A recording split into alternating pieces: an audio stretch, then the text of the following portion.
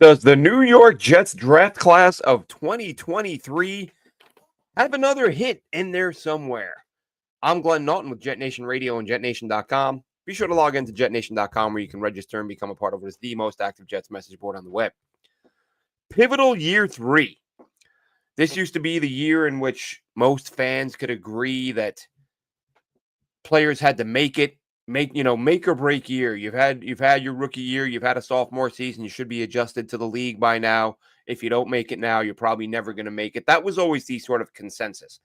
In the microwave instant gratification world we live in today, a lot of fans want it rookie year. You see guys have a bad couple of games. You see guys have a bad training camp as a rookie, and fans start questioning. Should they have drafted this guy? He's not getting the offense, and he's already been here for 9 days. So we've kind of gone insane collectively when it comes to evaluating players and how much time we give them. But I try to keep it the traditional method. Now, look, when guys blow up, when guys come out of the gate like they show they can play right away, it's like, all right, I didn't need to wait till year 3 to see if Sauce Gardner could play. I didn't need to wait till year 3 to see if Garrett Wilson could play. The same thing with Breece Hall. Like, could he stay healthy? That's another question, but you saw he could play right away. But there are other guys. Everyone's circumstance is different. Sometimes you get guys from smaller schools. Sometimes you get guys who are being asked to do something different than what they did in college. So it's not only adjusting to the speed of the game and the different ways you're being used, but there's a lot that goes into it. Sometimes you're a developmental guy. We're going to talk about Zach Kuntz. He'll come up, and when he was drafted, it was like, okay, this guy is going to be a multi-year project.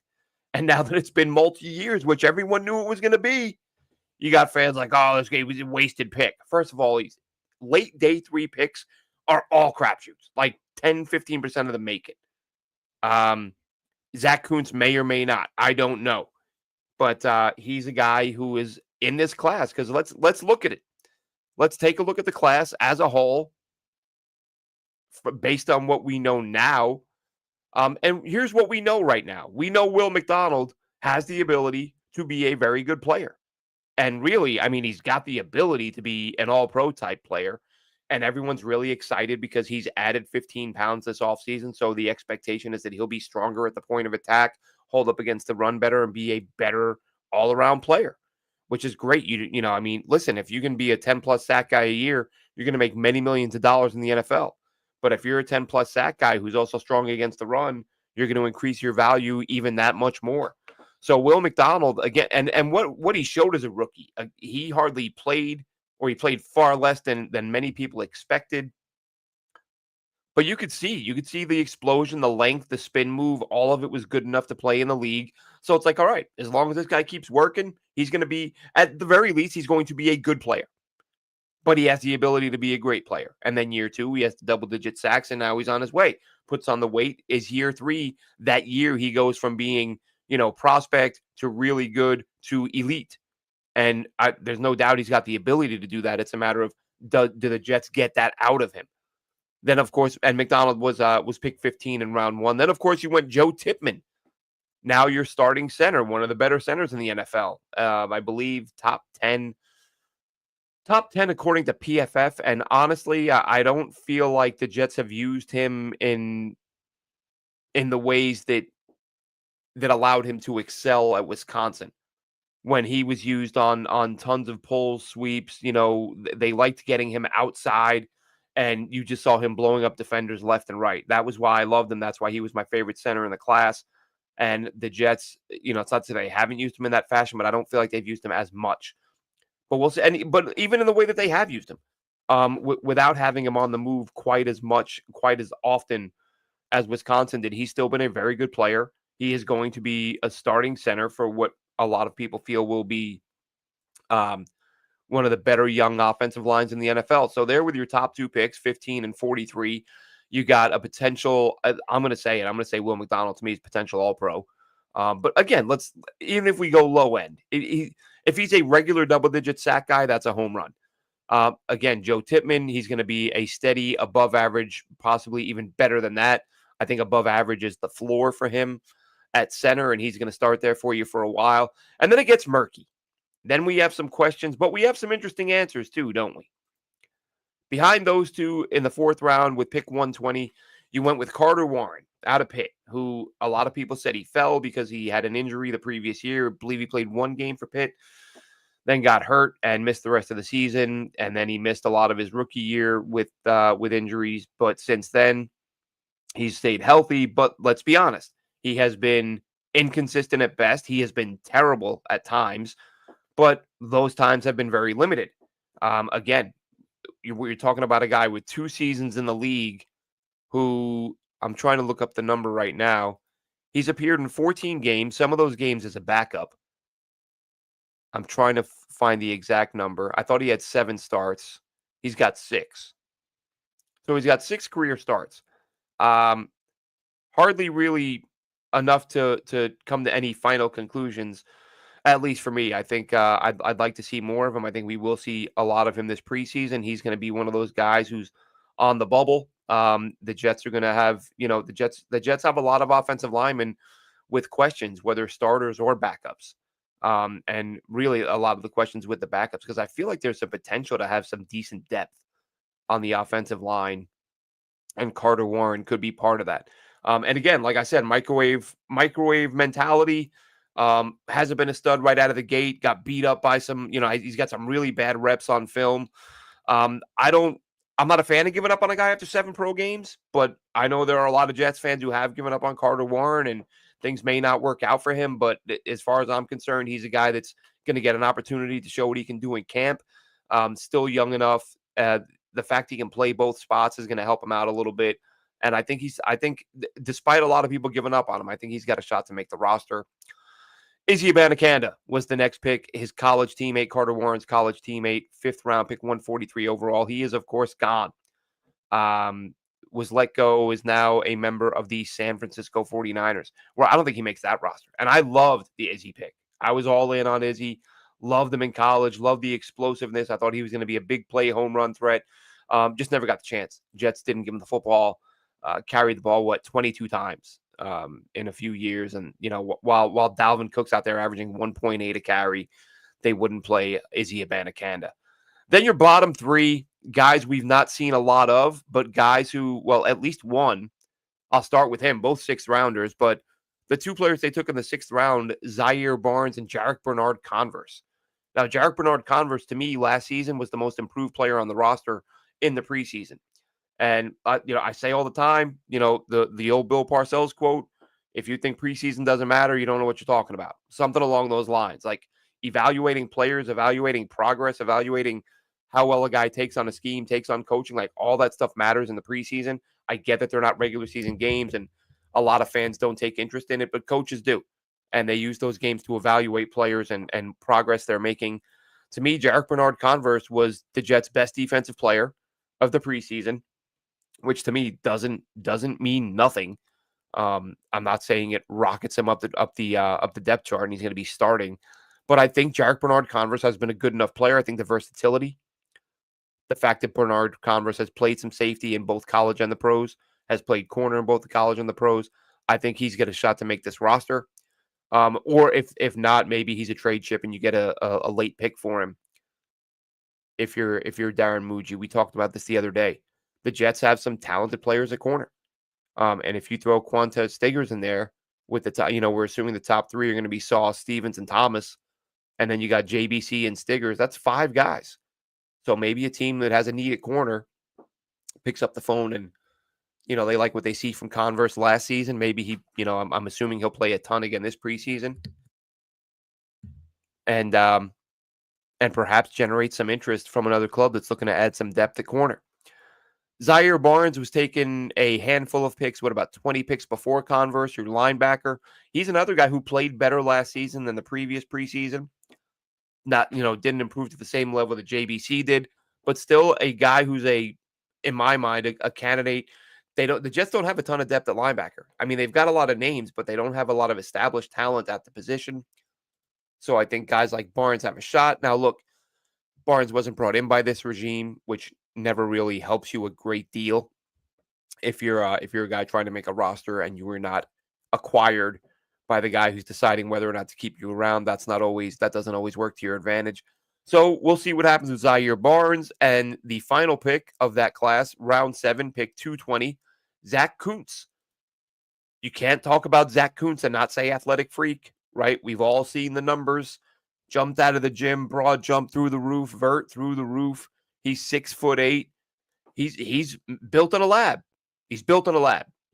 But can he compete at the pro level? This is what we all felt he was going to need a couple of years to prove. We've literally, the only time I can recall hearing Zach Kuntz's name over the past couple of years, other than when he was drafted, was when Aaron Rodgers talked about building a little bit of chemistry with him when he was working the scout team. Rodgers was working the scout team as he tried to come back from his Achilles.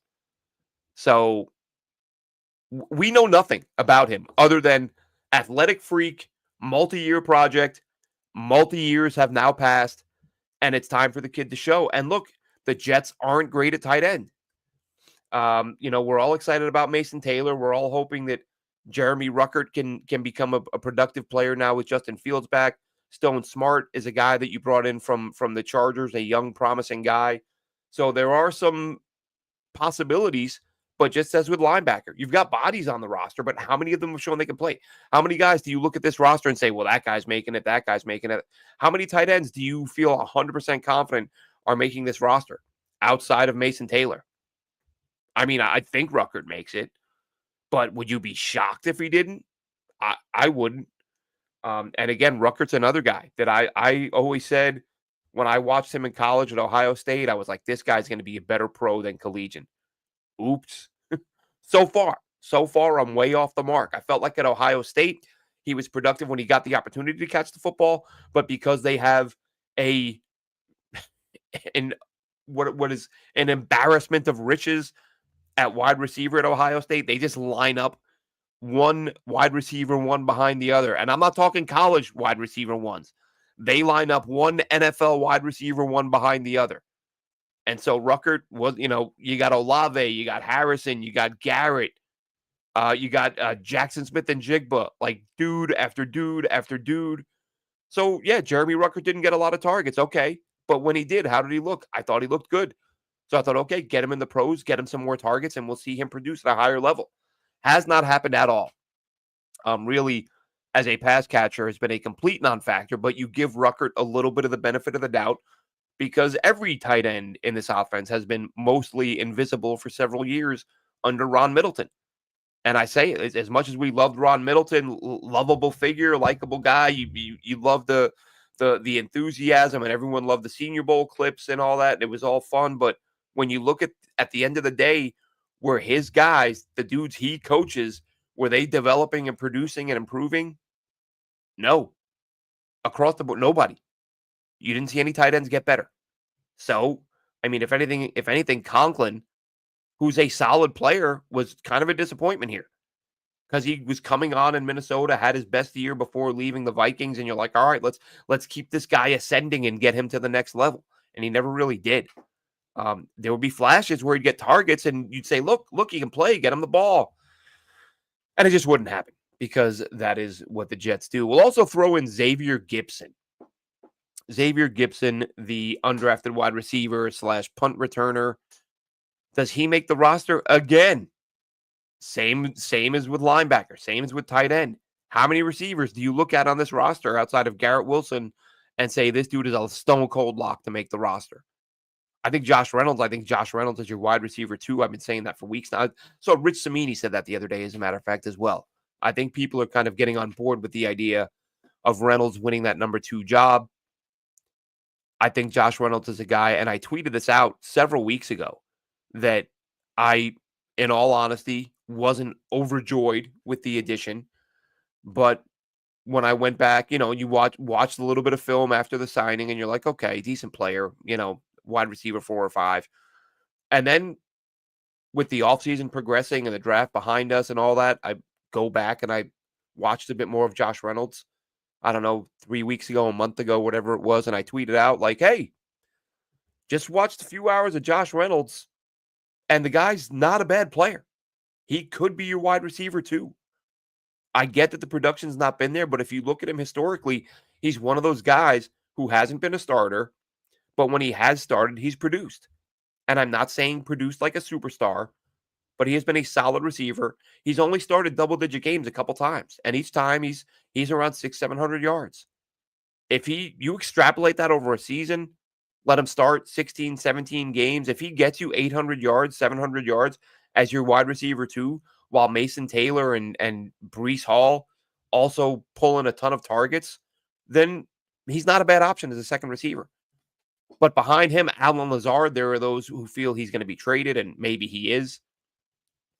Maybe as the season inches closer, Aaron Rodgers kind of implores the Steelers to make a move for Lazard.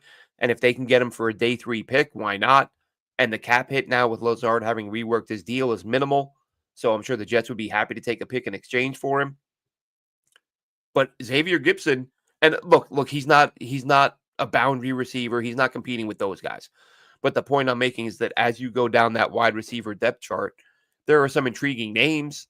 But I mean, I don't think Arian Smith, right? He's the guy. They're both smallish. I mean, Smith probably rather have him on the boundary than Gipson, but both could line up in the slot.